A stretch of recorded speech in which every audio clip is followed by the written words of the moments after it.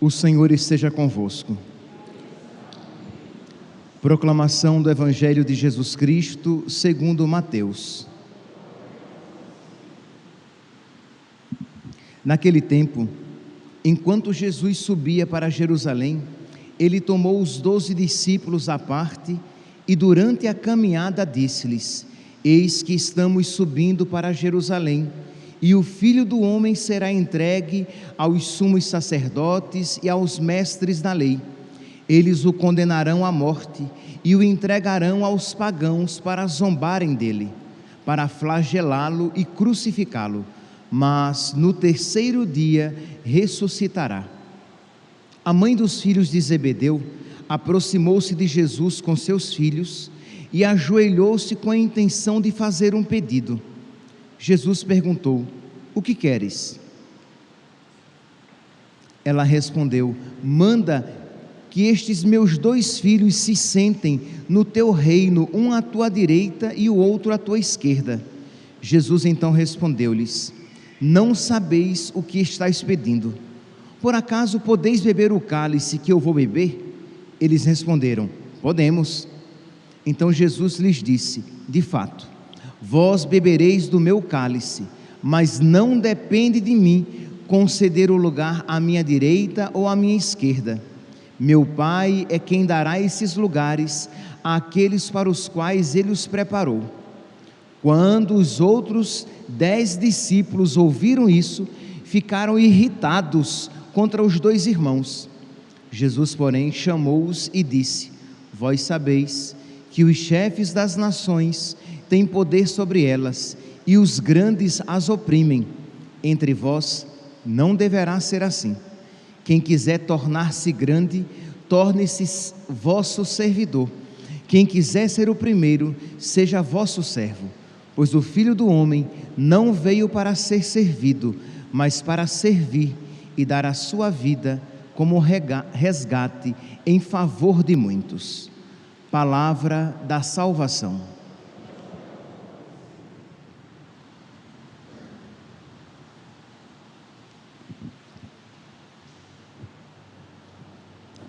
Caríssimos irmãos e irmãs, estamos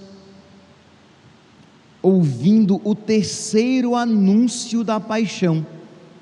Jesus, pela terceira vez, ele está falando aos discípulos, aos apóstolos, que ele vai sofrer, que ele será perseguido, que ele será maltratado, que ele será caluniado, que ele será morto, crucificado e ao terceiro dia ressuscitar.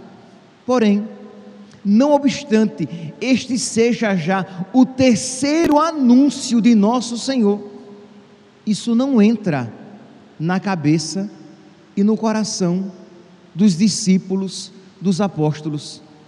Isto é, eles estão tão distantes de nosso Senhor, que não obstante o melhor pregador, o melhor pedagogo, eles não aprendem, eles não apreendem, isto é, eles são informados por aquela palavra, eles recebem a informação, mas não recebem a formação.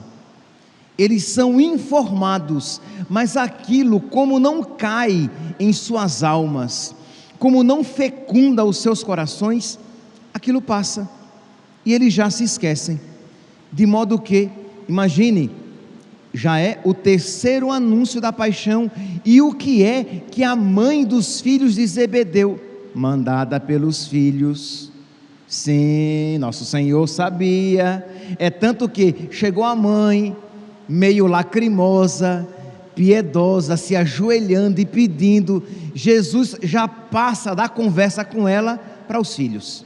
Pode ver, ouçamos aqui, diz então que a mãe dos filhos de Zebedeu, João estava lá, tá? João, o discípulo predileto, a mãe dos filhos de Zebedeu, aproximou-se de Jesus com seus filhos e ajoelhou-se com a intenção de fazer um pedido. Oh, que prece piedosa! Jesus perguntou: o que tu queres?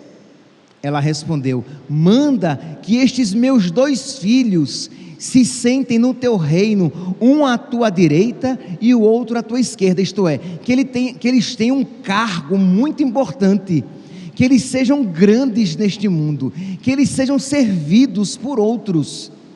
Embora Jesus estivesse falando de paixão, de sofrimento, de serviço, Jesus então respondeu-lhes, isto é, Jesus agora já vira a conversa para os dois. São eles dois que empurraram a mãe, que não tinha ouvido toda a história, mas que também tinha um coração semelhante ao deles. Jesus então respondeu-lhes: não sabeis o que estáis pedindo. Por acaso vós podeis beber o cálice que eu vou beber? E eles responderam, a mãe já saiu da história, e eles responderam, podemos, achando que beber o cálice era assim, galgar, degraus, era crescer na escala. Tomar o cálice era o cálice do sofrimento. Muito bem, diz Jesus, vocês vão beber o cálice, não se preocupem, vocês vão beber o cálice, mas sentar-se à direita ou à esquerda não depende de mim, depende do Pai. Isto é, Jesus deu uma rasteira neles, trouxe, vocês querem o cálice? Queremos, muito bem, mas o que vocês pediram não depende de mim, mas não se preocupe, do cálice vocês vão beber, todos nós beberemos, do cálice vocês beberão. Meus irmãos, então voltemos aqui. É interessante que nós estamos falando do melhor pregador, do Filho de Deus encarnado, pregando a palavra, pregando-se a si mesmo. Então, sem sombra de dúvidas, nunca caminhou sobre a terra um melhor pregador do que Jesus. Não há na história dos pregadores cristãos um melhor Crisóstomo, que São João Crisóstomo era tido como um grande pregador. Pois bem, a Jesus Cristo nenhum se equipara. E não obstante isso, este maravilhoso pregador, este maravilhoso pedagogo, este maravilhoso mestre, ou melhor, este divino pregador, este divino pedagogo, este divino mestre, o coração, as mentes dos discípulos não conseguiam acolher este ensinamento, não por culpa, é óbvio, do pregador. Se vocês voltarem um pouquinho, quando Jesus faz o primeiro anúncio da paixão, lá em Mateus, no capítulo 16, a partir do versículo 21, Mateus 16, 21, quando Jesus começa a dizer que ele vai sofrer muito, que ele vai ser perseguido, maltratado, o que é que Pedro diz? Senhor, que isso não te aconteça. Diz que ele chama Jesus para o lado e o repreende. Senhor, que isso não te aconteça. E Jesus diz o quê? Afasta-te, Satanás. Tu pensas como os homens, tu pensa como o mundo e não como Deus.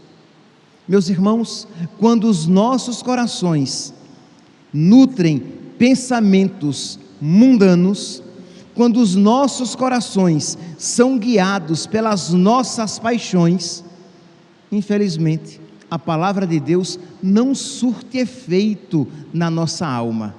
Estão os vossos corações, estão os vossos pensamentos tão distante dos meus pensamentos como o céu da terra.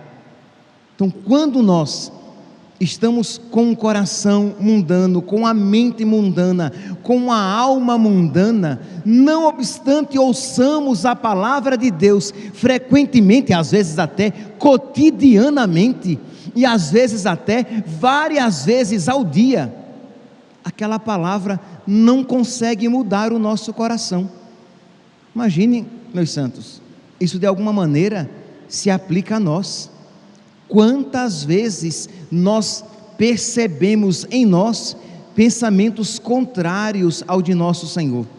Quantas vezes nós também não nos percebemos com moções diferentes daquela de nosso Senhor.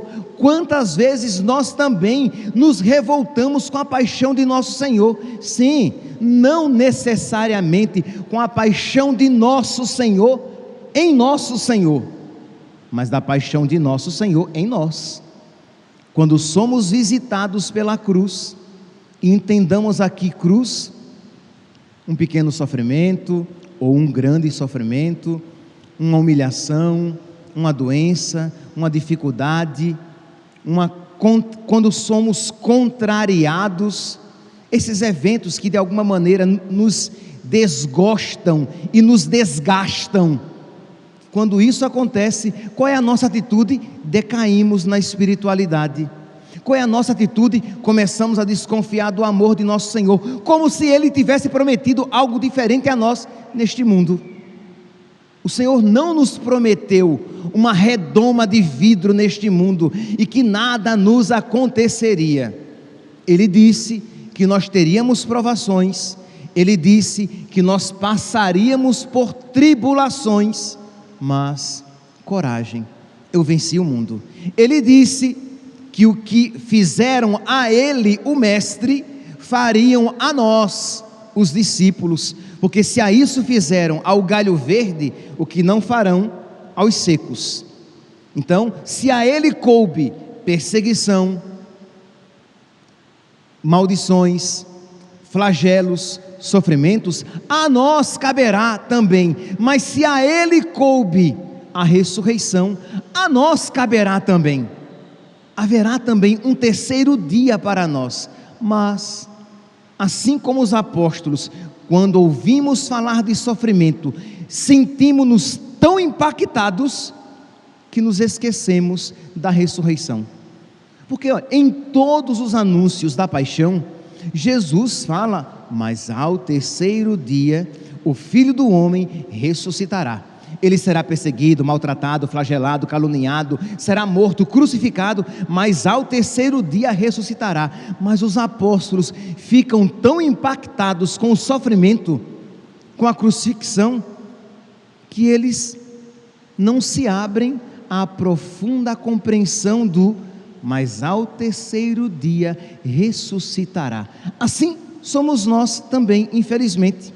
Ficamos tão impactados com os sofrimentos da vida presente que nos esquecemos da glória futura e colocamos até em risco a glória futura, porque quando o sofrimento vem, desanimamos na virtude, esfriamos na oração e sentimos-nos mais atraídos ao mundo e ao pecado, colocando em risco a nossa salvação. Então quer dizer, nós não podemos perder o foco, isto é, o Senhor fala a respeito da sua paixão, mas Ele diz que ao terceiro dia Ele ressuscitará, e isso também é uma promessa para nós, porque se a cabeça da igreja ressuscita, ressuscita também o corpo da igreja, os membros da igreja que somos nós. Então precisamos olhar a paixão não como se só ela existisse, mas sabendo que por meio da paixão chegaremos à ressurreição, que assim como Jesus passou pela paixão e ressuscitou, nós, passando pela paixão, unidos a Jesus, ressuscitaremos. Nós também diremos: ó morte, onde está a tua vitória? Mas qual é o problema? Que nós, embora, mais ou menos, hein? Nós, embora creiamos na ressurreição, nós não queremos passar pela paixão. Isto é, porque se eu perguntar aqui a vocês, se vocês creem na ressurreição, eu acredito que vocês responderão afirmativamente: sim, padre, eu creio. Mas e se eu perguntar de uma maneira mais contundente, de uma maneira mais incômoda, de uma maneira mais clara: mas você crê que você chegará à ressurreição passando pela paixão? Aí o sim já não será mais tão espontâneo assim e feliz, será um sim meio xoxo. Eu sei, mas este é o caminho do nosso divino Salvador. do nosso divino mestre, e nós somos discípulos dele, e só há salvação renunciando-nos a nós mesmos, tomando a nossa cruz e seguindo Jesus. Então, meus irmãos, nós precisamos pedir a nosso Senhor que retire de nós esta inimizade com a cruz, que Ele retire de nós esse encantamento com o mundo, que Ele retire de nós esta moção, estes movimentos mundanos que existem em nós e que pensam poder conciliar a salvação eterna com a satisfação de todos os prazeres neste mundo, a salvação eterna com a realização de todas as minhas vontades neste mundo, porque é isso que nós vemos no coração dos apóstolos, isto é, eles queriam seguir Jesus, eles já estavam com nosso Senhor já há algum tempo. Jesus já havia falado a respeito da paixão, e eles achavam que podiam conciliar uma coisa e outra. Eles achavam que podiam, não obstante, nutrindo desejos próprios no coração, seguir Jesus e fazer a sua vontade. Nós, neste domingo, nós ouvimos uma leitura da carta de São Paulo aos Filipenses, que eu acredito que nos ajude muito na reflexão hoje desta mesma leitura. Filipenses capítulo 3, versículo 18, São Paulo diz assim: porque há muitos por aí, de quem repetidas vezes vos tenho falado, e agora digo chorando, de que eles se comportam como inimigos da cruz. Meus irmãos, se o Evangelho, se a paixão de nosso Senhor foi tão difícil de ser acolhida pelos apóstolos, e é tão difícil de ser acolhida por nós, é porque existe no nosso coração uma idolatria ao mundo, consequentemente uma inimizade com a cruz. Porque é claro, quem quer ter todos os seus desejos satisfeitos, e quem quer provar todos os prazeres que o mundo pode oferecer, nutre no seu coração, mesmo que sejam prazeres lícitos, tá?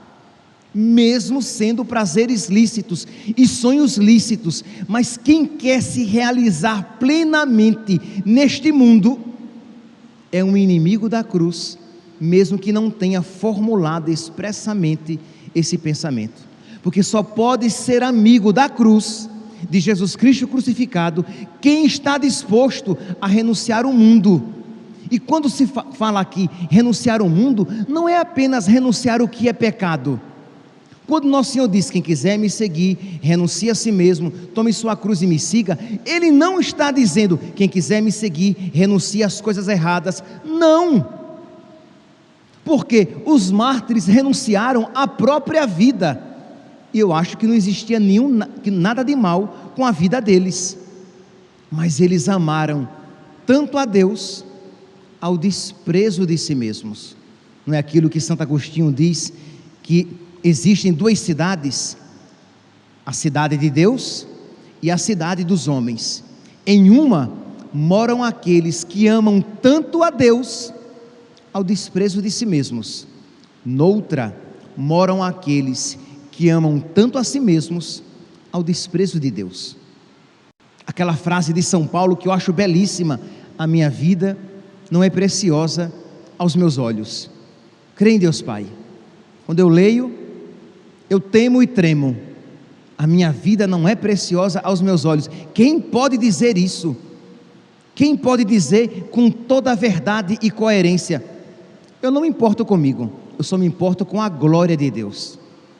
Meus santos, precisamos pedir o Espírito Santo, porque sabemos que nós queremos conciliar o inconciliável. Nós queremos a glória de Deus, mas queremos um pouquinho de glória para nós também. Nós queremos fazer a vontade de Deus, mas pelo menos aquelas vontades que não são pecaminosas, queremos também. E nosso Senhor quer que nós tenhamos um coração indiviso, um coração somente dele, movido simplesmente pela graça, movido simplesmente pelo Espírito Santo, porque só assim poderemos ser amigos da cruz e do crucificado, que veio ao mundo para fazer a vontade do Pai. Mas continua, para terminar, continua aqui São Paulo na carta aos Filipenses, agora no versículo 19, Filipenses, capítulo 3, versículo 18, os inimigos da cruz, versículo 19, estes, os inimigos da cruz, vamos ver quem são os inimigos da cruz. São aqueles cujo destino é a perdição, cujo Deus é o estômago, isto é, os prazeres. Estômago aqui representa todo o prazer. Então, o Deus dos inimigos da cruz é aquele que proporciona prazer. Então, eu só busco aquilo, eu fujo da dor, busco o prazer. Eu fujo do que é custoso e procuro o que é fácil. Eu fujo do que é exigente e procuro somente o que é agradável. Pois bem, esses são inimigos da cruz. Então, é claro que uma pessoa assim não quer nem saber de penitência na quaresma, né? E quando faz, para alívio da consciência, procura uma bem pequenininha, bem simplesinha. Eu estava conversando com uma pessoa que não é cristã, não é nem cristã, e essa pessoa perguntou assim: vocês vão começar agora um tempo, ele também não é brasileiro, então os termos, ele não está acostumado, ele disse assim: vocês vão começar agora um tempo, eu disse, da quaresma. E aquilo que vocês fazem durante a quaresma? Eu falei, né, fiz uma pequena catequese, né, oração, jejum, penitência. Aí falei do jejum da quarta-feira e de outras penitências que podemos fazer. Aí ele perguntou assim: mas quais penitências? Aí eu disse: a gente escolhe. Aí ele disse com um sorrisinho maroto: então escolhe uma pequenininha, né? Já que você pode escolher, escolhe uma xoxinha, uma penitenciazinha. A mentalidade de quem não aprendeu a amar Cristo crucificado é procurar o que é mais fácil, o que é menos custoso, menos exigente, porque o meu Deus é o ventre, o meu Deus é o estômago, o meu Deus é o prazer. Meus irmãos, quem é o nosso Deus? Quais são as paixões que nos movem? Por quem nós somos movidos? Dependendo, se formos movidos pelo mundo, pelos prazeres, pela concupiscência dos olhos, pela concupiscência da carne, pela soberba da vida, se formos movidos por isso, nós sempre estaremos fechados à palavra de Deus, ao anúncio de Deus. Por mais que nós sejamos de missa diária, por mais que nós saibamos intelectualmente o Evangelho, mas sempre estaremos fechados à graça de Deus. Mas se formos movidos pelo Espírito Santo, sempre seremos abertos e dóceis à vontade de Deus.